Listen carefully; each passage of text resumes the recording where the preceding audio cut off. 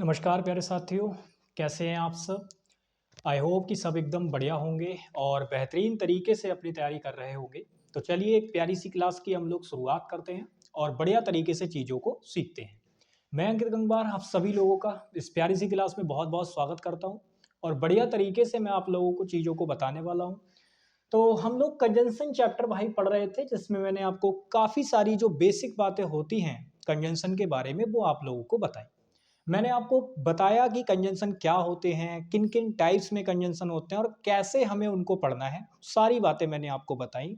अब हम लोग जो शुरू करने जा रहे हैं, आज मैं आपको इनके एग्जाम ओरिएंटेड कॉन्सेप्ट बताऊंगा, जहां से कंजंक्शन से एसएससी क्वेश्चन पूछती रहती है। नॉलेज के लिए आप उसको जितना चाहें उतना पढ़ लीजिए, आप चाहे 10 क्लासेस पढ़ लीजिए कंजंक्शन की, कोई दिक्कत वाली बात नहीं है।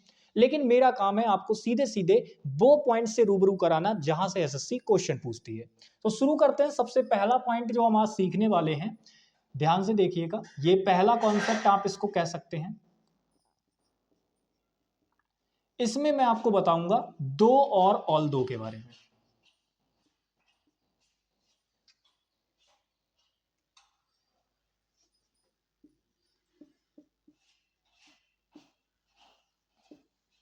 देखिएगा, दो और ऑल दो, ये दो वर्ड्स होते हैं जो कि हमारे कंजंक्शन की तरह यूज होते हैं। लेकिन इन वर्ड्स की अपने आप में एक खासियत भी है। ये वर्ड कभी भी यूज होंगे तो इनका एक परफेक्ट पेयर होता है, आपको वो यूज करना होगा। यानी हम कह सकते हैं कि हमारे ये जो वर्ड हैं, ये तीसरे टाइप की कंजंक्शन के अंदर आते हैं, जिनको कोरिलेटिव कंजंक्शन कहा जाता है। अब इनका एक परफेक्ट पेयर होता है, तो भाई आप याद रखिएगा, कभी भी एग्जामिनर चाहे दो को यूज करे या ऑल दो को यूज करे, दोनों का अपना एक परफेक्ट मीनिंग होता है। हालांकि दोनों का एक परफेक्ट मीनिंग क्या होता है? हालांकि। ठीक है, तो इनका जो पेयर बनता है वो मेरे भाई येट के साथ बनता है। किसके साथ बनता है? येट के साथ। तो आप या तो येट लगा दीजिएगा, या कभी कभी मेरे भाई क्या मिलेगा आपको, केवल कॉमा भी देखने को मिलेगा। तो आपको याद रखना है, दो और ऑल दो का जो पेयर होता है वो येट के साथ होता है। अगर कभी येट लगा ना मिले तो कॉमा भी एग्जामिनर लगा के दे सकता है, दोनों ही चीजें ठीक होती हैं। लेकिन एग्जामिनर एक बहुत प्यारी सी गलती करके देता है आपको, वो कॉमा और येट दोनों को एक साथ लगा के दे देगा। तो आपको ये बात विशेष रूप से ध्यान रखनी है कि कभी भी कॉमा और येट दोनों एक साथ नहीं आएंगे, या तो आप येट लगा दीजिए या कॉमा लगा दीजिए। तो एक गलती तो हमारी ये बन के आई हमारे सामने कि वो दोनों को एक साथ लगा के दे देगा। और सबसे प्यारी गलती जो करता है वो ये करता है कि एग्जामिनर आपको येट की जगह पे बट लगा के दे देगा। तो भाई ये भी नहीं आएगा, ये भी चीज गलत होगी। तो मैंने आपको कॉन्सेप्ट के अंदर सारी बात बता दी कि कभी भी दो और ऑल दो की बात होगी तो वो हालांकि का मीनिंग करेगा, और ये एक कोरिलेटिव कंजंक्शन होता है, तो इसके साथ पेयर बनता है येट का। आप कभी भी किसी कीमत पे दोनों को एक साथ नहीं लगाएंगे। चलिए भाई, तो आगे बढ़ते हैं। आपको पहला कॉन्सेप्ट मैंने समझा दिया है, यानी अगर मैं आपको क्वेश्चन दूं तो अब आप इस कॉन्सेप्ट पे बहुत आसानी से कर देंगे। देखो, मैंने आपको क्वेश्चन लिख के दिया, आप क्वेश्चन को ध्यान से नोटिस कीजिएगा।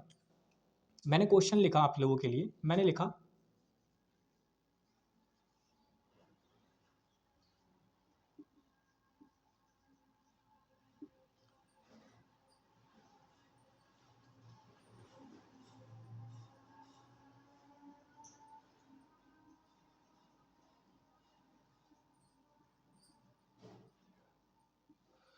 अब बताइएगा। तो मैंने यहां पे क्वेश्चन लिखा, दो ही इज रिच, हालांकि वह अमीर है, ही नेवर हेल्प्स पुअर, वह गरीबों की कभी मदद नहीं करता फिर भी। तो अगर आप नोटिस करेंगे और मैं आपसे पूछूं क्या इस क्वेश्चन के अंदर कोई गड़बड़ है क्या, तो आप देखेंगे कि भैया जी दो हमें लगा के दे रखा है और आपने बताया था ऑल दो या दो में से किसी का भी यूज किया जा सकता है। यानी मैंने यहां पर दो लगा के दे दिया, अगर एग्जामिनर कल को यहां पे ऑल दो भी लगा के दे दे तब भी आप गलत नहीं करेंगे। वो या ये लगाए, दोनों में ही कोई फर्क नहीं है, बिल्कुल ठीक है। तो आपको ये भी लगा के दे सकता है, ये भी ठीक माना जाएगा। फिर मैंने क्या कहा था भाई, ये कोरिलेटिव कंजंक्शन होता है, तो इसका पेयर क्या होगा, या तो आपको केवल कॉमा लगा के देगा, तो केवल कॉमा लगा के दिया हुआ है, मतलब ये क्वेश्चन अपने आप में ठीक है, नो एरर है। कई बार बच्चे जल्दी जल्दी में चीजों को रट लेते हैं और उन्हें लगता है कि दो कभी भी दिखेगा या ऑल दो कभी भी दिखेगा तो येट लगा देंगे डायरेक्ट। तो भाई ये चीज ध्यान रखना, येट और कॉमा दोनों आ सकते हैं, लेकिन दोनों का एक साथ यूज नहीं होगा, या तो येट लगा लो या कॉमा लगा लो। अब जब यहाँ पे कॉमा लगाया हुआ है तो ये नो एरर है। अब इसको काट के ये मत करना कि येट लगाने लगना, भाई वो ठीक है अपने आप में। समझ में आ गई बात, ये चीज है। अच्छा, इसकी जगह पे अगर मैं चाहता तो मैं येट भी लगा सकता था, मतलब या तो ये या तो ये वाली स्थिति है। तो या तो कॉमा लगा दीजिए या येट लगा दीजिए, सेम यहाँ पे या तो दो लगा दीजिए या ऑल दो लगा दीजिए। तो एक प्यारा सा कॉन्सेप्ट आप लोगों ने सीख लिया, छोटी सी बात थी, मैंने आपको एग्जाम्पल के थ्रू भी इंप्लीमेंट करके बता दी। बस भाई अब जिस पे आप इतने क्वेश्चन, जितने क्वेश्चन आप प्रैक्टिस कर सकते हैं इस क्वेश्चन पे, इस कॉन्सेप्ट पे बेस्ड उतने कर लीजिएगा, आपका ये कॉन्सेप्ट पक्का हो जाएगा। ठीक है, चलिए नेक्स्ट कॉन्सेप्ट पे चलते हैं।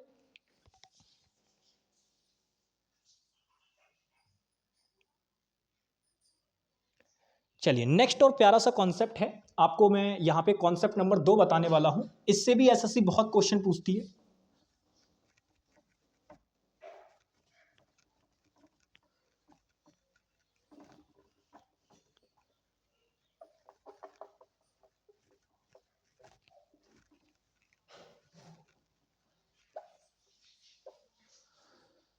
चलिए बात करते हैं सेकंड कॉन्सेप्ट की। सेकंड कॉन्सेप्ट जो आपको याद रखना है वो ये चीज याद रखनी है,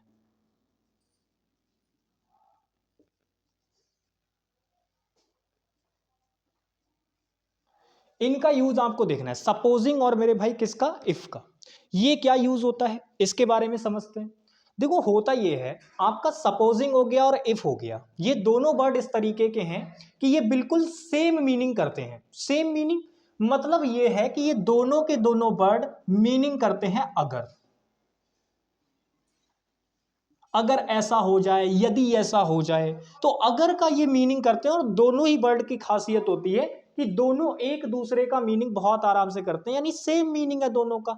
तो भाई एग्जामिनर आपको कंफ्यूज करने के लिए क्या करेगा, वो दोनों को एक साथ लगा के दे देता है, यानी सपोजिंग भी लगा के दे देगा, इफ भी लगा के दे देगा। बट आप जानते हो कि इन दोनों का मीनिंग तो सेम है। सेम है तो भाई सेम मीनिंग के लिए अगर आप एक चीज लगाई और दूसरी चीज फिर से लगा दी तो ये कंडीशन तो रिडंडेंट हो जाएगी। भाई जब हमारे पास एक वर्ड से वो मीनिंग आ रहा है तो दूसरा उसके साथ में क्यों लगाना। तो वही वाली बात यहां पे है, सपोजिंग और इफ जो होते हैं वो अगर का मीनिंग करते हैं और दोनों ही सेम मीनिंग रखते हैं। तो इन दोनों को कभी भी एक साथ यूज नहीं किया जाएगा। आप या तो सपोजिंग लगाइए या इफ लगाइए, दोनों में से कोई भी लगा देना, कोई फर्क नहीं पड़ेगा, दोनों ही कंजंक्शन का काम करते हैं। या तो आप सपोजिंग लगाइएगा या इफ लगाइएगा, एग्जामिनर आपको क्या करेगा, दोनों एक साथ लगा के देगा। तो मैं यहां लिख देता हूं, एग्जामिनर आपको दोनों एक साथ लगा के देगा कुछ इस प्रकार से, सपोजिंग इफ ऐसे करके। तो ये चीज गलत हो जाएगी, ठीक है, दोनों एक साथ नहीं आएंगे, या तो आप इसको लगाइए या इसको लगाइए। तो मैं आपको एक क्वेश्चन कराता हूं, यहां पे आप मुझे बताइएगा क्या आप इसका आंसर कर पाएंगे भाई आसानी से। देखिएगा ध्यान से, जैसे मैंने यहां पे लिखा,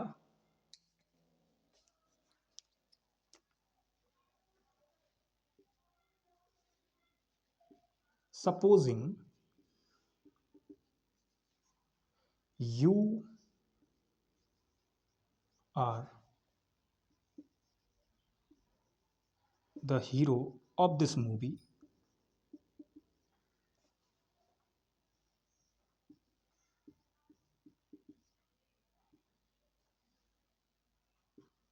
व्हाट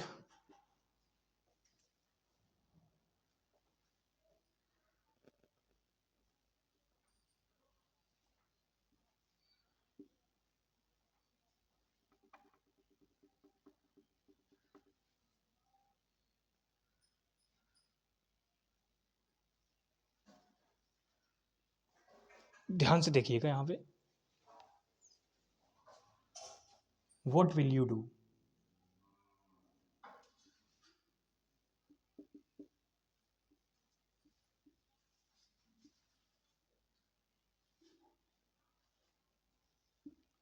तो ये मैंने एक क्वेश्चन आप लोगों के सामने लिखा है, अगर आप नोटिस करेंगे तो मैं कह रहा हूं supposing you are the hero of this movie. Suppose करो कि तुम इस मूवी के हीरो हो, तो तुम क्या करोगे भाई। अगर तुम इस मूवी के हीरो हो तो तुम क्या करोगे, मतलब मान लो आपके सामने एक मूवी शूट हो रही है और आप और आपके दोस्त खड़े होकर उसको देख रहे हो। तो आपका दोस्त आपसे पूछता है कि यार अगर बात सुन, तू सपोज कर कि तू अगर इस मूवी का हीरो होता तो तू अभी इस समय क्या कर रहा होगा। तो तुम बताते कि अगर मैं इस मूवी का हीरो होता तो मैं ये कर रहा हूंगा, मैं ये कर रहा होता एक प्रकार से। तो फ्यूचर में आप उस बात को बता रहे हो। फिलहाल हमारा इस चीज से लेना देना नहीं है, हमारा जो लेना देना है वो यहां से है। हमने नोटिस किया कि यहाँ पे सपोजिंग एक वर्ड लगाया हुआ है जो कि कंजंक्शन का काम कर रहा है, और हम जानते हैं कि एक तो सपोजिंग का मतलब भी होता है यदि, यदि तुम इस मूवी के हीरो होते, ठीक है, यदि तुम इस मूवी के हीरो होते, या तुम अगर इस मूवी के हीरो हो, यदि तुम इस मूवी के हीरो होते तो तुम क्या करते, ऐसे करके कुछ पूछना चाह रहा है।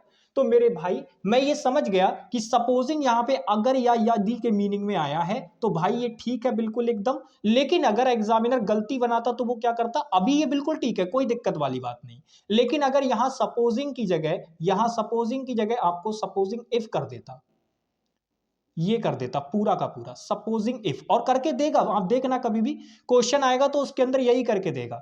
तो सपोजिंग इफ अगर करके देता तो ये रिडंडेंट हो जाता, क्योंकि सपोजिंग भी अगर का मीनिंग करता और इफ भी यदि या अगर का मीनिंग करता, तो ये दोनों अपने आप में सुपरफ्लोज वाला केस हो जाता, फिर हम इसको खत्म कर देते। तो सपोजिंग इफ नहीं आएगा, यहां सपोजिंग दे रखा है, इसी वजह से दिया गया क्वेश्चन कैसा है हमारा, नो एरर, कोई गलती नहीं है इसमें। ठीक है, चलिए तो बहुत बढ़िया, ये वाला कॉन्सेप्ट भी आपने सीख लिया। बस एक बार चीजों को थोड़ा सा रिवाइज करते हैं। मैंने क्या कहा, सपोजिंग और इफ दोनों सेम मीनिंग करते हैं, तो भाई इनको यूज करने के लिए दोनों में से आप किसी एक को ही लगाना एक बार में। दोनों अगर एक साथ लगे हुए दिख जाए तो वो चीज गलत हो जाएगी। ठीक, चलिए अब हम लोग चलते हैं कॉन्सेप्ट नंबर 3 पर। और कॉन्सेप्ट नंबर 3 बहुत छोटू सा है, बहुत प्यारा सा है। उसको मैंने आपको याद होगा कई बार वैसे नॉर्मली भी बताया है, टेंस चैप्टर में भी उसका जिक्र हुआ था और वर्ब चैप्टर में भी उसका जिक्र हुआ था। लेकिन हम यहाँ पे थोड़ा सा उसके बारे में और समझेंगे, क्योंकि कंजंक्शन से जुड़ी हुई वो बात है अपने आप में, तो मैं उसमें आपको बता देता हूँ। ध्यान से देखिएगा, ये कॉन्सेप्ट नंबर 3 है और इसमें हम बात करने वाले हैं लेस्ट की। ठीक है, लेस्ट कंजंक्शन की हम लोग बात करने वाले हैं। देखो लेस्ट जो कंजंक्शन होता है, सबसे पहली और खास बात जो आपको समझनी है, ये मीनिंग करता है कहीं ऐसा ना हो जाए, कहीं ऐसा ना हो जाए। पहली चीज तो आपको ये ध्यान रखनी है। दूसरी चीज आपको याद रखना है, ये जो कंजंक्शन होता है ये निगेटिव कॉनोटेशन का कंजंक्शन होता है, यानी कभी भी अगर ये यूज हुआ तो आप इसके साथ नॉट या नेवर वगैरह या अदर कोई निगेटिव एडवर्ब नहीं लगाएंगे। समझ में आ गई बात, ना तो नॉट लगाएंगे, ना नेवर लगाएंगे, ना कोई अदर नेगेटिव एडवर्ब लगाएंगे, क्योंकि भाई लेस्ट अपने आप में ही नेगेटिव है, वो अपने आप में ही नेगेटिव मीनिंग करता है। तो इसके साथ कोई भी और नेगेटिव एडवर्ब वगैरह नहीं आएगी, नॉट नेवर जैसी चीजें वो नहीं आएंगी इसके साथ। तो लेकिन सबसे इंपॉर्टेंट पॉइंट क्या है भाई, सबसे इंपॉर्टेंट पॉइंट ये है कि कभी भी आपको लेस्ट दे रखा होगा तो इसका एक फिक्स पेयर होता है, जिससे एसएससी ना जाने कितनी बार क्वेश्चन पूछती है कि भाई लेस्ट का जो पेयर होता है वो अपने आप में शुड प्लस वर्ब की फर्स्ट फॉर्म के साथ इसका पेयर होता है, और आप कुछ भी यूज नहीं कर सकते। एग्जामिनर आपको चाहे और कोई सी मॉडल वर्ब लगा के दे दे, ये 1000% फिक्स चीज है। आप लेस्ट के साथ कभी भी कोई भी और वर्ब देखेंगे तो वो गलत हो जाएगी। लेस्ट के साथ सीधा फिक्स पेयर होता है शुड प्लस वर्ब की फर्स्ट फॉर्म का। एग्जामिनर आपको फंसाने के लिए तरह तरह की वर्ब लगा के देगा। हो सकता है कल को वो आपको यहां सेल लगा के दे दे, हो सकता है वो आपको यहाँ पे बिल लगा के दे सकते हैं, हो सकता है कैन लगा के दे दे, हो सकता है वुड लगा के दे दे, या कुछ भी A to Z, लेकिन वो सारी की सारी गलत हो जाएंगी। आपको सीधा फिक्स बात याद रखना है कि लेस्ट का जो पेयर होता है वो शुड प्लस वर्ब की फर्स्ट फॉर्म के साथ होता है। सिंपल सी बात है। चलिए अब मैं आपको एक क्वेश्चन देता हूं, ध्यान से देखिएगा। वर्क हार्ड, ध्यान से देखिएगा, नॉर्मल सा क्वेश्चन रखेंगे, लेस्ट यू शुड फेल। ठीक है, ये लिखा मैंने। अब आप नोटिस कीजिएगा, क्या इस क्वेश्चन में कोई गलती है? तो आप क्वेश्चन पढ़िए, कह रहे work hard लेस्ट you should fail. भाई कठिन परिश्रम करो, कहीं ऐसा ना हो जाए कि तुम फेल हो जाओ। तो बिल्कुल ठीक है, क्योंकि हमने क्या नोटिस किया, हमने नोटिस किया कि हमें लेस्ट कंजंक्शन दे रखा है, जिसका मतलब होता है कहीं ऐसा ना हो जाए। अब ये निगेटिव कोनोटेशन का कंजंक्शन होता है, ये भी चीज हमने देख ली। अब हम जानते हैं कि अगर ये निगेटिव कंजंक्शन है तो इसके साथ वाली क्लॉज में नॉट वगैरह नहीं देना चाहिए, कोई भी निगेटिव एडवर्ब नहीं दिखनी चाहिए, नहीं दिखाई दे रही है। दूसरी बात हम जानते हैं कि लेस्ट का सीधा पेयर होता है शुड प्लस वर्ब की फर्स्ट फॉर्म का। क्या दे रखा है जी, बिल्कुल दे रखा है। इसका मतलब ये क्वेश्चन कैसा है, नो एरर है, इसमें कोई गलती नहीं है। तो एक बेसिक सा पॉइंट, एक बेसिक सा कॉन्सेप्ट हमने और सीखा कि भाई लेस्ट कभी भी आएगा तो वो अपने आप में शुड प्लस वर्ब की फर्स्ट फॉर्म लेता है, इसका फिक्स पेयर होता है। ठीक है, चलिए, तो आई होप कि आप ये छोटा सा कॉन्सेप्ट भी सीख गए होंगे। अब हम लोग चलते हैं नेक्स्ट और आगे। ठीक है, अब चलिए देखो, वैसे तो एक जबरदस्त सा कॉन्सेप्ट है, लेकिन मैं इसको अपने अंदाज में सिखाने वाला हूं। रीजन ये है क्योंकि इसमें ना बच्चा बहुत कंफ्यूज होता है, तो मैं वो कंफ्यूजन को पूरी तरीके से क्लियर करने की कोशिश करूंगा और आपको कुछ चीजें समझाने की कोशिश करूंगा। बस ध्यान से आप समझना, थोड़ा सा बड़ा कॉन्सेप्ट है लेकिन आसानी से समझ जाओगे। ध्यान से मेरी बातों को समझना। ये कॉन्सेप्ट नंबर हमारा 4 रहने वाला है और आप याद रखना, जितने भी कॉन्सेप्ट कंजंक्शन चैप्टर में कराऊंगा इन्हीं से बार बार एसएससी क्वेश्चन पूछती रहती है। चलिए देखो, अब मैं आपको क्वेश्चन बताता हूं। बेसिकली कंजंक्शन का मतलब क्या होता है कि ये दो क्लाउजेस को कनेक्ट करता है। मोस्ट ऑफ केसेस में आपने देखा होगा, मैंने बताया था, दो क्लाउजेस को कनेक्ट करता है, दो फ्रेजेस को भी कर सकता है और दो वर्ड्स को भी कर सकता है। लेकिन आप कभी देखना, जब ये दो क्लाउजेस को कनेक्ट कर रहा होता है तो बेसिकली दो सिचुएशंस या दो बातें वहां पे दे रखी होती हैं। अब यहां पे आपको ये समझना है कि जब हम दो बातों की बात करते हैं तो भाई या तो सर्टेन बात होगी, आपकी कोई निश्चित बात दे रखी होगी, या वहां पे अनसर्टेनिटी होगी। तो आपको यहां पर एक बात समझनी होगी, एक कॉन्सेप्ट बनता है सर्टेन थिंग्स और अनसर्टेन थिंग्स को लेके। सर्टेन थिंग्स और मेरे भाई अनसर्टेन थिंग्स, इनको लेके एक कॉन्सेप्ट बनता है जिससे एसएससी बहुत क्वेश्चन पूछती रहती है। तो मैं यहां पे आपको एक चीज बताने जा रहा हूं इनसे रिलेटेड, जिसको आपको ध्यान रखना है। देखो, अगर कोई चीज निश्चित है, कोई चीज है वो बिल्कुल एकदम निश्चित है, आपको पता है कि हाँ ऐसा ही है, तो आप वहां पे मेरे भाई एकदम निश्चिंत होते हो। यानी हम कह सकते हैं कि वहां पे आपको सारी बातें क्लियर पता है। तो जब आप सर्टेन थिंग्स की बात करते हैं तो वहां जो बात होती है वो एकदम निश्चित होती है और आपको कोई संदेह नहीं होता। निश्चित का मतलब होता है नो डाउट। निश्चित का मतलब क्या होता है, नो डाउट। और जब नो डाउट वाली सिचुएशन बन रही हो तो उस केस में जो आप कंजंक्शन यूज करेंगे वो मेरे भाई दैट कंजंक्शन यूज करेंगे।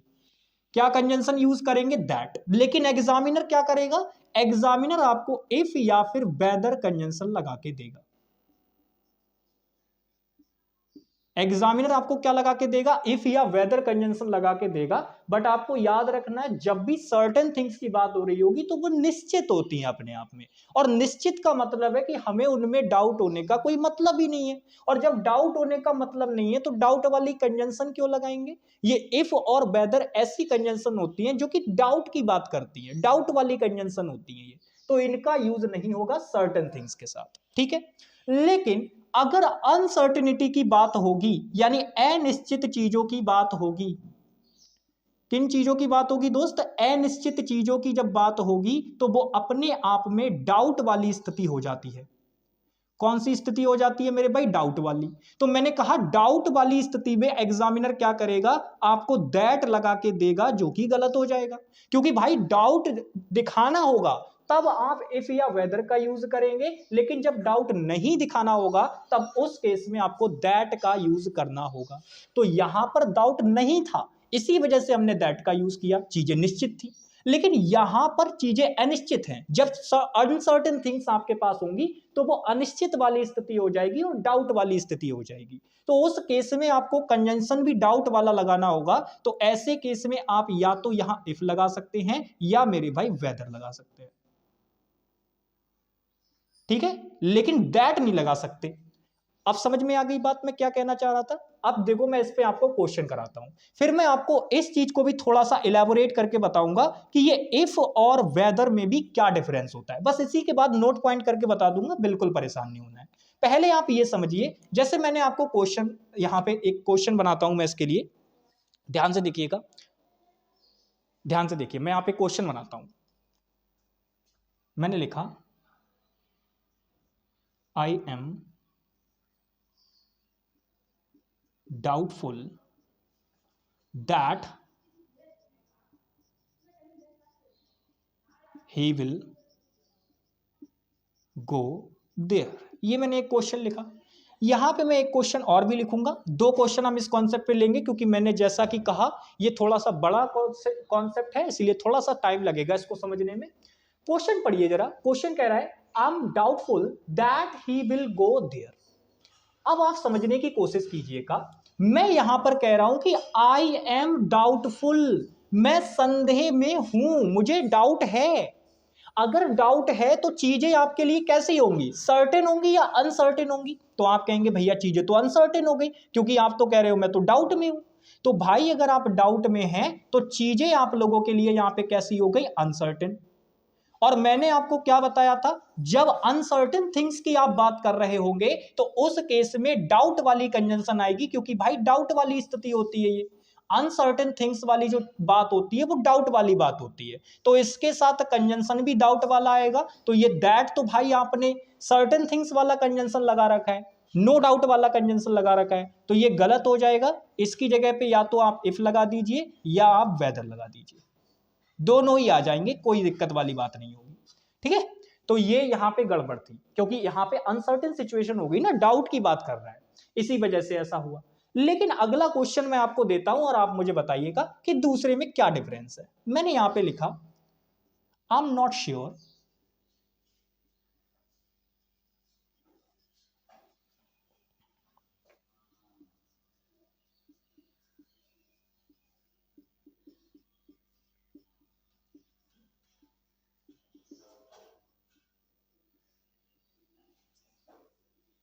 अब इस क्वेश्चन में थोड़ा सा बदलाव है, बस केवल थोड़ा सा बदलाव है, ज्यादा खास बदलाव नहीं है, बस थोड़ा सा बदलाव है। थोड़ा समझने की कोशिश कीजिएगा। क्वेश्चन पढ़िए, कह रहा है आई एम नॉट श्योर। अगर आप किसी चीज को लेके श्योर नहीं है, दैट मीन्स कि आप अनसर्टेनिटी में हैं, और अनसर्टेनिटी का मतलब होता है डाउट वाली स्थिति। समझ में आ गई बात? आई एम नॉट श्योर का मतलब है कि मैं पूरी तरीके से श्योर नहीं हूं, मुझे चीजें क्लियर नहीं है, और चीजें क्लियर नहीं है दैट मीन्स कि आप डाउट वाली स्थिति में, और डाउट वाली स्थिति में है तो कंजंक्शन तो डाउट वाली आएगी। बट आप फिर से नोटिस करो, आपको एकदम निश्चित सिचुएशन वाली कंजंक्शन लगा के दे दी, नो डाउट वाली कंजंक्शन लगा के दे दी। तो पहली बात तो ये हो गई, ये गलती हो गई। लेकिन अगर मैं आपसे पूछूं कि आपको डाउट वाली कंजंक्शन लगानी है तो आप इफ या वेदर में से कौन सी लगाएंगे? तो आप कहेंगे अरे भैया जी अभी तो आपने बताई कि इफ भी लगा दो वेदर भी लगा दो, दोनों ही सही होती हैं, जो मन करे वो लगा दो। तो मेरे भाई अगर आप ऐसा यहां सोच रहे हैं कि हम इफ भी यहां लगा सकते हैं और वेदर भी यहां लगा सकते हैं, तो आप गलत हैं। अब आप कहेंगे भैया ये क्या बात हो गई, दोनों क्यों नहीं आ सकती? यहां पे पीछे वाले क्वेश्चन में तो आपने कहा था कि दोनों आ सकती हैं। मेरे दोस्त छोटा सा डिफरेंस जरा दोनों क्वेश्चन के अंदर मैच करके देखो, तो आप नोटिस करेंगे यहां से यहां तक स्टेटमेंट है, यहां से यहां तक स्टेटमेंट है, लेकिन इसमें एक एक्स्ट्रा एलिमेंट मैंने ऐड कर रखा है, ये और नॉट।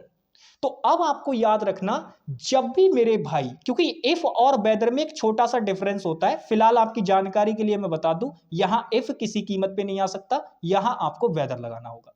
समझ में आ गई बात? तो बस आपको छोटी सी बात ये याद रखनी है, जब भी मेरे भाई आपकी एक डाउट वाली सिचुएशन बन रही होगी, यानी अनसर्टेनिटी का केस बन रहा होगा, तो वहां डाउट वाली कंजंक्शन आएगी, यानी इफ या वेदर में से कोई एक लगा देंगे। और जब मेरे भाई निश्चित एकदम बात होगी, एकदम सर्टेन थिंग्स की बात हो रही होगी, वहां पे कोई कंफ्यूजन नहीं होगा, तो उस केस में नो डाउट वाली कंजंक्शन आएगी, जो कि दैट होती है। सिंपल सा डिफरेंस है, याद रखिएगा। अब हम बात कर लेते हैं इफ और वेदर में क्या डिफरेंस है। तो इसी में आप लोग नोट पॉइंट बना के लिखिएगा, मैं आपको बिल्कुल डिफरेंस बता रहा हूं इसके बीच में, ध्यान से देखिएगा। वैसे तो दोनों एकदम डाउट कंजंक्शन ही है, लेकिन छोटा सा इनमें डिफरेंस होता है।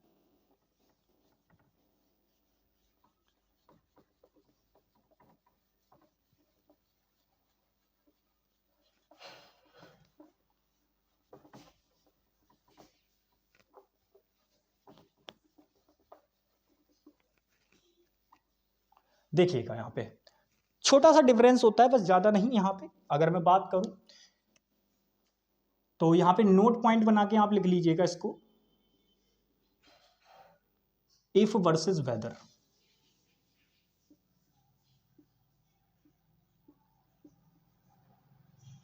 देखिएगा ध्यान से, होता ये है दोनों ही डाउट वाली कंजंक्शन होती हैं, लेकिन जो इफ और वेदर होता है मीनिंग भी सेम ही करते हैं, कोई मीनिंग वगैरह में खास डिफरेंस नहीं है। बस आप ये याद रखिएगा, जो ये इफ होता है ये सिंगल फेज सिचुएशन को दिखाने के लिए आता है, सिंगल फेज सिचुएशन।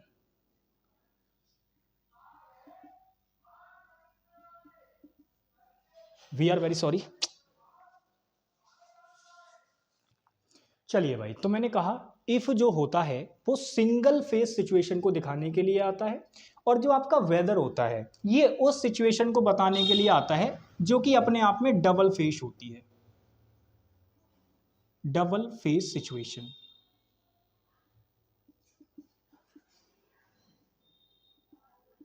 तो बस इसमें यही डिफरेंस होता है, सिंगल फेज सिचुएशन का मतलब है कि या तो होगी या नहीं होगी, बात खत्म। लेकिन आप ऐसा नहीं कह सकते कि होगी या नहीं। ये वाली जो स्टेटमेंट होती है कि ऐसा काम होगा या नहीं, वो काम दिखाने का केवल केवल वेदर का है। इफ वो काम नहीं दिखा सकता, इफ केवल सिंगल फेज सिचुएशन को दिखाने के लिए आता है। नॉर्मल बोलेगा ऐसा होगा या नहीं, वो बोलेगा सीधे ऐसा नहीं होगा, इस तरीके से। लेकिन दोनों सिचुएशन एक साथ कॉन्वे नहीं कर सकता ये, यानी ये केवल केवल सिंगल फेज सिचुएशन को दिखाने के लिए आता है। इसीलिए बच्चे इसको इस तरीके से भी याद रख सकते हैं कि भाई जो इफ होता है इसका एक फिक्स पेयर होता है, आप वेदर के लिए या तो और देखोगे या मेरे भाई और नॉट देखोगे। अगर मैंने बोला और, तो इसका मतलब ये है कि वो कह रहा है अथवा में ये ऐसा भी हो सकता है, या अगर बोला और नॉट तो ऐसा भी हो सकता है कि ऐसा नहीं भी हो सकता है। तो ये पॉजिटिव के साथ में आता है बनाने के लिए, और ये निगेटिव के साथ में। फिलहाल वेदर के साथ में दोनों ही पेयर बन सकते हैं, वेदर के साथ में और भी दिख सकता है केवल, या और नॉट भी दिख सकता है। तो आपको स्टेटमेंट के अंदर इस चीज का ध्यान रखना होगा। अगर आपको कभी भी मेरे भाई और या फिर और नॉट दिख रहा हो स्टेटमेंट के अंदर, और वहां आपके सामने चॉइस आ जाए कि भाई इफ लगाएंगे या वेदर, तो उस केस में केवल केवल आपको जो लगाना होगा वो वेदर लगाना होगा। समझ पा रहे हैं मेरी बातों को? बस केवल ये छोटा सा डिफरेंस होता है, इफ आपका सिंगल फेज सिचुएशन को दिखाता है और वेदर डबल फेज सिचुएशन को दिखाता है। तो ये चीजें आपको पता होनी चाहिए। अब लाइक मैं आपको एक छोटा सा क्वेश्चन देता हूं, आप मुझे बताइएगा क्या इस क्वेश्चन को आप कर पाएंगे। तो जैसे मैंने यहाँ पे आपके सामने क्वेश्चन रखा, राम asked me if या फिर whether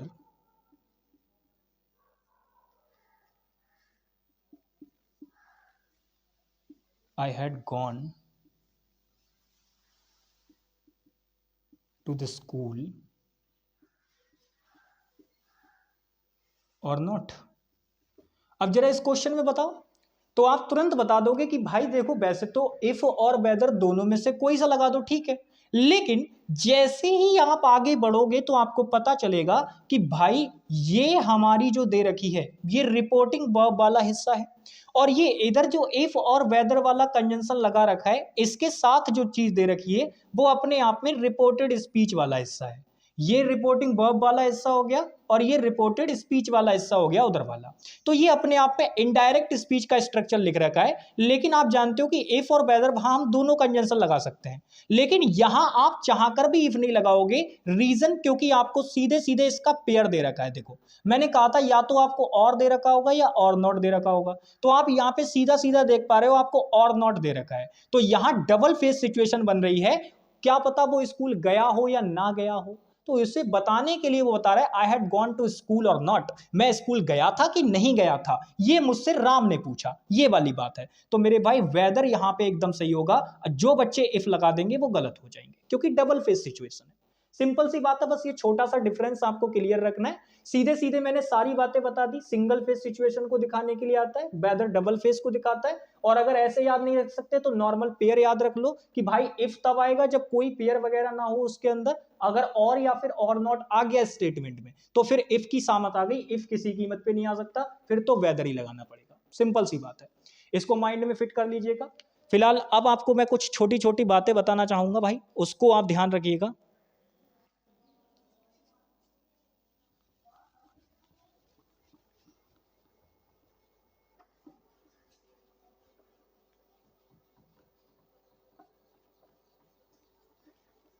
अब हम लोग नेक्स्ट कॉन्सेप्ट पे चलते हैं, या देख लेते हैं, शायद इसी में अगर एक दो चीज बच रखी होगी तो उसको भी मैं बता दूंगा। ध्यान से आप नोटिस कीजिएगा।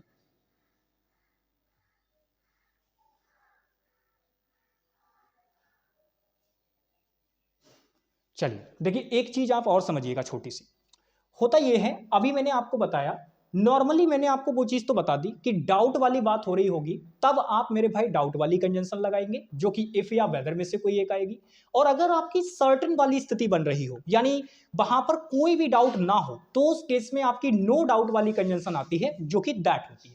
लेकिन यहां पर आपको इन चीजों को समझने के लिए आप एक और तरीका भी लगा सकते हैं, वो ये होता है कि आपके तीन प्रकार के सेंटेंसेस की आपकी यहां पे जरूरत पड़ने वाली है। एक तो अफर्मेटिव, एक आपका निगेटिव, जिनको सेंटेंस से ध्यान रखना हो वो सेंटेंस से भी ध्यान रख सकते हैं, हालांकि पूरा कॉन्सेप्ट मैं पहले ही एक्सप्लेन कर चुका हूं। और एक होता है आपका इंट्रोगेटिव, जो यहां पे आपका काम करेगा। अब आप नोटिस कीजिएगा, जब भी डाउट या डाउट की बात हो रही होगी, यानी सर्टेन या अनसर्टेन थिंग्स की बात हो रही होगी, जब भी डाउट के सेंस में बात हो रही होगी, तो आप याद रखना, अफर्मेटिव अगर स्टेटमेंट आपको दी डाउट के सेंस में, तो उस केस में आप मेरे भाई इसके साथ डाउट वाली कंजंक्शन लगाएंगे, क्योंकि अफर्मेटिव का मतलब है डाउट है आपको यहां पे। और अगर डाउट आपको यहां पे है तो मेरे भाई आप यहां पे इफ या फिर वेदर लगाएंगे, यही यहां पे आएगा। आप मेरे भाई किसी भी कीमत पे यहां डैट नहीं लगा सकते। लेकिन जो आपकी निगेटिव वाली बात है, इसका मतलब यह है कि आपको डाउट नहीं है, और डाउट नहीं है तो आप सर्टेन है चीजों को लेके। तो निगेटिव में जब आपको सेंटेंस दे रखा होगा डाउट के साथ में, डाउट के साथ वाला सेंटेंस आपको निगेटिव में दे रखा होगा, तो वहां आपको कोई डाउट नहीं है। इसका मतलब निगेटिव में यूज करने का मतलब क्या है, जैसे मैंने बोला आई एम नॉट डाउटफुल, तो इसका मतलब है कि मुझे कोई संदेह नहीं है, मैं डाउटफुल नहीं हूं वही चीजों को लेके, यानी सर्टेन हूं। तो जब निगेटिव में आपको दे रखा होगा तो वो सर्टेन वाली स्थिति हो जाती है, और इस केस में आप दैट कंजंक्शन यूज करेंगे। आप मेरे भाई इफ या फिर वेदर का यूज नहीं करेंगे, ठीक है। सेम इसी प्रकार से अगर मैं बात करूं इंट्रोगेटिव में क्या होता है, देखो इंट्रोगेटिव में बेसिकली डाउट या फिर डाउट हो गया या डाउट ना होने की स्थिति का कोई मतलब ही नहीं होता है। जब आप इंट्रोगेटिव में बात कर रहे होते हैं तो आप सीधे सीधे पूछते हैं क्या मुझे संदेह है, तो वो क्वेश्चन टाइप का हो जाता है एक प्रकार का। इसी वजह से मेरे भाई वहां वो चीज निर्णय नहीं हो पाती कि आप डाउट में हैं या नहीं। तो ऐसे केस में आप मेरे भाई दैट ही लगाएंगे, यानी कभी भी इंट्रोगेटिव में बात हो रही होगी तो इफ या वेदर नहीं आएगा, फिर वहां आप दैट को ही प्रायोरिटी पे रखेंगे, ठीक है ना। क्योंकि मैंने कहा एम आई डाउटफुल, क्या मैं डाउटफुल हूं, तो अगर मैं डाउटफुल हूं या नहीं हूं ये पता ही नहीं चल रहा, तो हम उसको दैट में लेके जाएंगे, इफ या वेदर नहीं लगाएंगे। तो आप इसको सिंपल तरीके से, मैंने क्योंकि बुक्स वगैरह में देखा है, मैंने इसको बुक्स वगैरह में ऐसे ही करके लिख दिया जाता है कि भाई अगर आपका डाउट वाली स्टेटमेंट को इंट्रोगेटिव में लिख दिया जाए या निगेटिव में लिख दिया जाए, तो वहां वो सर्टेनिटी के केस में यूज की जाती है, और उनके साथ सर्टेन यानी कि नो डाउट वाली कंजंक्शन आती है जो कि दैट होती है, इफ या वेदर वहां नहीं लगाते। तो इसको थोड़ा सा इलेबोरेट करने के लिए मैंने इसको डिफाइन कर दिया सर्टेन और अनसर्टेन थिंग्स के अंदर, जो कि मैंने सबसे पहले कॉन्सेप्ट नंबर 4 के अंदर बताया था। फिर मैंने मेरे भाई उसको थोड़ा सा सेंटेंसेस के अकॉर्डिंग भी आपको बता दिया, ताकि आप उससे भी आंसर लगा पाए। इससे क्या होता ना, इससे थोड़ा सा बच्चे का ये फायदा हो जाता है कि बच्चा देखते ही समझ जाता है। जैसे मैं एग्जाम्पल के तौर पर आपको अगर कुछ बातें बताऊं, लाइक मैंने आपके सामने लिखा आई एम डाउटफुल, तो आपसे अगर मैं पूछूं इसमें कौन सा सेंटेंस है, तो आप तुरंत देख के बता देंगे कि भैया जी आई एम डाउटफुल, इसका मतलब ये हमारा अफर्मेटिव सेंटेंस है, सीधा सीधा नजर आ रहा है कि ये अफर्मेटिव सेंटेंस है। तो अगर मैं आपसे यहां पे पूछ लूं कि मैं यहां दैट कंजंक्शन लगाऊं या मेरे भाई आपका इफ या फिर वेदर वाला, तो आप मुझे बता दोगे या नहीं बता दोगे विद इन सेकेंड, तो आप कहेंगे भैया जी बिल्कुल बता देंगे। आप नोटिस करो, आपने आई एम डाउटफुल बोला, तो ये तो अफर्मेटिव वाला सेंटेंस है, और अफर्मेटिव सेंटेंस मतलब डाउट में हैं आप, तो यहां पे डाउट वाली कंजंक्शन आएगी, यानी इफ या वेदर में से कोई एक लगा दीजिए। सेम इसी प्रकार से मान लो मैंने ये लिख दिया आई एम नॉट डाउटफुल, अब क्या हो गया भाई, क्वेश्चन में अब क्या बदलाव हो गया केवल, तो आप कहेंगे भैया जी अब आपने बस इतना कर दिया, सेंटेंस को अफर्मेटिव से उठा के निगेटिव कर दिया। क्योंकि मैंने अब बोला आई एम नॉट डाउटफुल, यानी अब मुझे संदेह नहीं है भाई किसी भी बात का। और अगर संदेह नहीं है तो आप नो डाउट वाली स्टेट में आ गए, और नो डाउट वाली स्टेटमेंट में आ गए मतलब अब यहां पे आप नो डाउट वाली कंजंक्शन लगाएंगे जो कि दैट होती है। अब अगर यहां इफ या वेदर लगा दिया तो गलत हो जाएगा भाई, समझ पा रहे हो ना। अब यहां इफ या वेदर लगा दिया तो बात गलत हो जाएगी। सेम इसी प्रकार से अगर मान लो मैंने ऐसे लिख दिया एम आई डाउटफुल, एम आई डाउटफुल ऐसे करके अगर लगा दिया तो अब ये इंट्रोगेटिव वाली स्टेटमेंट हो गई भाई, अब ये इंट्रोगेटिव वाली स्टेटमेंट हो गई। और मैंने क्या कहा था, इंट्रोगेटिव वाली स्टेटमेंट में आप पूछ रहे होते एम आई डाउटफुल, क्या मुझे संदेह है इस चीज को लेके। तो मेरे भाई उस केस में भी आपको केवल केवल दैट ही कंजंक्शन लगाना है, आप इफ या वेदर नहीं लगाएंगे। ठीक है, इफ या वेदर नहीं लगाएंगे, आपको यहां पर भी क्या लगाना होगा, दैट लगाना होगा। सिंपल है ना, बहुत बढ़िया। तो ये एग्जाम्पल वगैरह नोट कर लीजिएगा बढ़िया तरीके से, और इनको अपने दिमाग में भाई फिट कर लीजिएगा, ठीक है ना। चलो अब हम लोग आगे चलते हैं भाई बढ़िया तरीके से, और हमने ये सारी चीजों को समझ लिया है, ठीक है। अब हम लोग आगे चलते हैं, चलिए एक और कॉन्सेप्ट पे चलते हैं। 4 कॉन्सेप्ट हम लोग सीख चुके हैं, एक और कॉन्सेप्ट पे चलते हैं, और 5 कॉन्सेप्ट हम आज की क्लास में करेंगे, और बाकी जो भी चीजें बची हुई होंगी वो कल की क्लास में हम लोग खत्म कर देंगे, ठीक है। यानी 3 क्लासेस में ये चैप्टर आपका पूरा हो जाएगा। तो एक कॉन्सेप्ट हम और देख लेते हैं आज, जो कि अपने आप में थोड़ा सा इंपॉर्टेंट है, उससे भी एसएससी क्वेश्चन पूछती रहती है, क्योंकि बच्चों को मूर्ख बनाने में एसएससी को बड़ा मजा आता है भाई। वो ऐसे क्वेश्चन रखती है कि बच्चा फंस ही जाता है उसके जाल में। तो चलिए उनको भी देख लेते हैं जरा।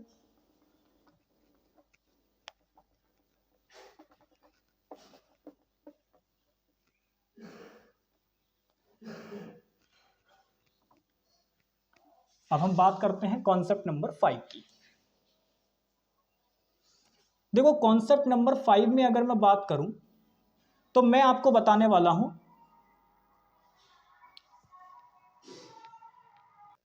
चलिए भाई, तो हम एक नया कॉन्सेप्ट नंबर 5 डिस्कस करने वाले हैं, जिसमें मैं आपको बताने वाला हूं कुछ आपके कंजंक्शन होते हैं, जैसे आपका सिंस हो गया, आपका एज हो गया, और मेरे भाई बिकॉज हो गया। अब अगर आप नोटिस करेंगे तो ये कंजंक्शन ऐसे हैं, ये प्रैपो की तरह भी काम कर लेते हैं, और सिंस एज बिकॉज इन सभी कंजंक्शन का मतलब अगर मैं आपको बताऊं तो ये कारण और परिणाम बताने के लिए आते हैं। समझ पा रहे हैं मेरी बातों को, ये अपने आप में क्या करने के लिए बताने के लिए आते हैं, कारण परिणाम बताने के लिए आते हैं भाई। तो इनकी जगह ध्यान से मेरी बात समझना, ये मेरे भाई अपने आप में कोई चीज का रीजन वगैरह या कारण वगैरह बताने के लिए आते हैं। तो आप ये मान के चलिए तीनों ही कंजंक्शन का अपने आप में एक फिक्स मीनिंग होता है, जो कि क्योंकि के सेंस में आता है। तीनों का ही फिक्स मीनिंग होता है क्योंकि के सेंस में। अब अपने आप में ये ऑलरेडी कारण परिणाम वगैरह वाली बात कर रहे होते हैं, तो एग्जामिनर इनके साथ में आपको क्या करेगा, वो कुछ और चीजें इनके साथ में आपको लगा के दे देगा। जैसे एग्जाम्पल के तौर पे जिनसे एसएससी अब तक क्वेश्चन बनाती आई है, तो मैं वही आपको बता देता हूं। आपको इनके साथ दोबारा से पता है क्या करेगी, सिंस हो गया, एज हो गया, बिकॉज हो गया, इनके साथ आपको सो लगा के दे देगी कभी कभी, या कभी कभी आपको दस लगा के दे देगी, या कभी कभी आपको मेरे भाई देयरफॉर लगा के दे देगी। ठीक है, ये चीजें तो एसएससी क्या करती है कि वो इनके साथ इन चीजों को भी लगा के दे देती है। अब मैं आपको बताता हूं कि ये क्यों नहीं आ सकते। रीजन ये होता है कि जैसे ही आप यहां पे ये वर्ड यूज कर देते हैं शुरू में, स्टेटमेंट के शुरू में जब आप ये कंजंक्शन यूज कर देते हैं, तो ये अपने आप में कारण बताने के लिए तैयार हो जाते हैं, क्योंकि ऐसा था इसलिए ये हुआ। तो ये थोड़ा सा ना उसका कारण बताने के लिए आ जाते हैं, कॉज बताने के लिए आ जाते हैं। उस केस में अगर आप ये सो, दस, देयरफॉर लगाएंगे तो ये मेरे भाई इसलिए का मीनिंग कर देता है, जो कि भाई सीधे सीधे जब आपने वहां पे पहले बोल दिया कि क्योंकि इस वजह से ऐसा हुआ, तो इसलिए आगे लगाने की क्या जरूरत है भाई। सो, दस, देयरफॉर ये दोबारा से लगाने से सुपरफ्लुअस वाली स्टेटमेंट हो जाती है भाई। आपने इनको लगा के मीनिंग पूरा कर दिया, तो दोबारा से इनको लगाने की जरूरत नहीं पड़ती है। यानी एग्जामिनर अगर बीच में ये चीजें ऐड कर देगा स्टेटमेंट के, तो वो गलत हो जाएंगी। तो आपको क्या याद रखना है, अगर सिंस, एज, बिकॉज शुरू में लगे हुए हों तो वो क्योंकि का मीनिंग करते हैं और कारण परिणाम वाली स्टेटमेंट बना रहे होते हैं। उस केस में मेरे भाई उनके साथ में आगे वाली स्टेटमेंट में ये वर्ड यूज करने गलत हो जाते हैं, क्योंकि वो सुपरफ्लोज स्टेटमेंट हो जाती है फिर, ठीक है, डबल डबल चीजें यूज हो जाती हैं एक ही काम के लिए, तो वो ऐसा नहीं करना होता। तो मैं आपको एग्जांपल देता हूं, लाइक जैसे मैंने लिख दिया, ध्यान से आप नोटिस कीजिएगा, मैं आपको यहां पे क्वेश्चन दे रहा हूं, ध्यान से देखिएगा।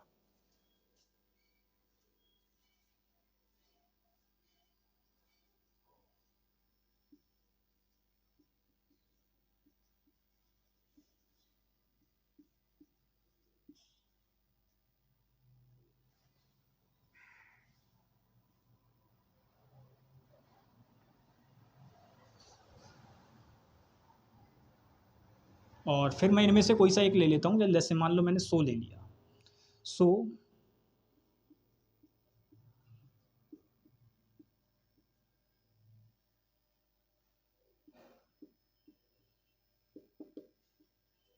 ये मैंने आपके सामने क्वेश्चन लिखा, because he is very poor so he can not do nothing. भाई वो बहुत ज्यादा गरीब है, क्योंकि वह बहुत ज्यादा गरीब है इसलिए वह कुछ नहीं कर सकता। हिंदी निकालोगे तो मीनिंग परफेक्ट निकल के आएगा, लेकिन मैंने क्या कहा भाई, आप नोटिस करो, आपने बिकॉज लगाया है, वो भी बिल्कुल स्टेटमेंट के शुरू में लगाया है, और मैंने क्या बताया था, सिंस एज बिकॉज अगर स्टेटमेंट के शुरू में आए तो वो कारण बताने का काम करते हैं, और कारण जब आपने बता दिया तो भाई आगे वाली स्टेटमेंट में सो दस देयरफॉर जैसा कोई वर्ड लगाने की जरूरत नहीं होती, क्योंकि वो अपने आप में मीनिंग यहीं पे पूरा कर लेते हैं, क्योंकि वह बहुत ज्यादा गरीब है इस वजह से वो कुछ नहीं कर सकता भाई। तो ये वाली बात है, इसी वजह से मेरे भाई यहां 100 नहीं आएगा। अगर मान लो कल को एग्जामिनर यहां 100 की जगह 10 लगा के दे दे तो तब भी गलत, अगर यहां 10 की जगह देयरफॉर लगा के दे देता तो तब भी बात गलत ही रहती। यानी अल्टीमेटली आपको कोई भी वर्ड नहीं लगाना, सिर्फ मेरे भाई एक प्यारा सा छोटू सा कॉमा लगा देना है, काम हो जाएगा। दो स्टेटमेंट के बीच में, अच्छा कई बार बच्चों को यह भी लगता है कि सर ये दो स्टेटमेंट के बीच में, दो क्लाउजेस के बीच में कॉमा क्यों लगा देते हैं, तो मेरे भाई कॉमा का मतलब समझो, कॉमा होता ये है, ये पंचुएशन में आपका यूज होता है, और इसको लगाने से क्या होता है, दो स्टेटमेंट के बीच में थोड़ा सा गैप क्रिएट हो जाता है। लाइक अगर हम गैप क्रिएट नहीं करेंगे तो हम बड़बड़ बड़बड़ बड़बड़ बोलते जाएंगे, तो वो थोड़ा सा एक पॉज लेने के लिए मेरे भाई कॉमा को लगाया जाता है। तो आप ये दो स्टेटमेंट के बीच में पॉज तो होना ही चाहिए ना थोड़ा सा, because he is very poor he can not do nothing, वो कुछ नहीं कर सकता है भाई। तो इस केस में हमें यहाँ पे कॉमा लगा देना है, बस बात खत्म, बाकी ये चीजें गायब कर देनी है, इनका कोई मतलब नहीं है भाई, ये डबल डबल चीजें हो जाएंगी, फिर बात गलत हो जाएगी। तो इस प्रकार से आपको ध्यान रखना है, ऐसे ही अब किसी भी पे क्वेश्चन बन जाए आप आराम से कर दोगे। सिंस एज बिकॉज तीनों का मीनिंग एक ही होता है, तो एग्जामिनर चाहे यहाँ बिकॉज रख के दे, चाहे सिंस रख के दे, चाहे एज रख के दे, कोई फर्क नहीं पड़ेगा। सिंपल है मेरे भाई, कर लोगे, बहुत बढ़िया। तो ये भी आपका कॉन्सेप्ट क्लियर होता है। इस पर बेस्ड अगर मैं आपको एक क्वेश्चन देके जाऊं तो आप कर देंगे क्या, लाइक चलिए मैं यहाँ पे देता हूं, यहाँ पे देखिएगा मैंने लिखा,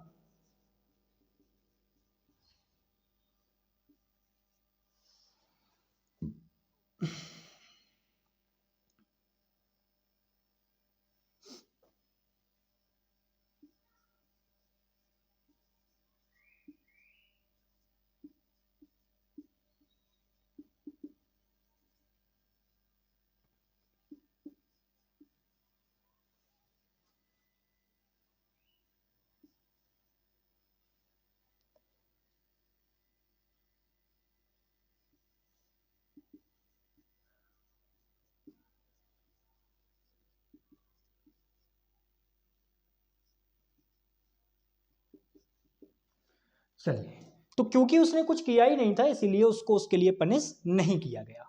ये क्वेश्चन मैंने आप लोगों के लिए दिया है, आप इस क्वेश्चन का आंसर मुझे घर बैठ के करेंगे, कमेंट बॉक्स में इसका आंसर लिखिएगा कि भाई इस क्वेश्चन में क्या गलती है, ठीक है। तो ये हमारा इस कॉन्सेप्ट पे बेस्ड क्वेश्चन है, आप आराम से इस क्वेश्चन का आंसर कर देंगे, मुझे पता है, क्योंकि मैंने सारी बात बहुत अच्छी तरीके से लिख दी है। बाकी कुछ छोटी छोटी चीजें और बच रही हैं इस चैप्टर में, तो वो हम लोग कल की क्लास में खत्म कर लेंगे और ये चैप्टर हमारा खत्म हो जाएगा, ठीक है। तो मिलते हैं आप लोगों से नेक्स्ट क्लास में, तब तक के लिए बाय बाय, टेक केयर, जय हिंद प्यारे भाई।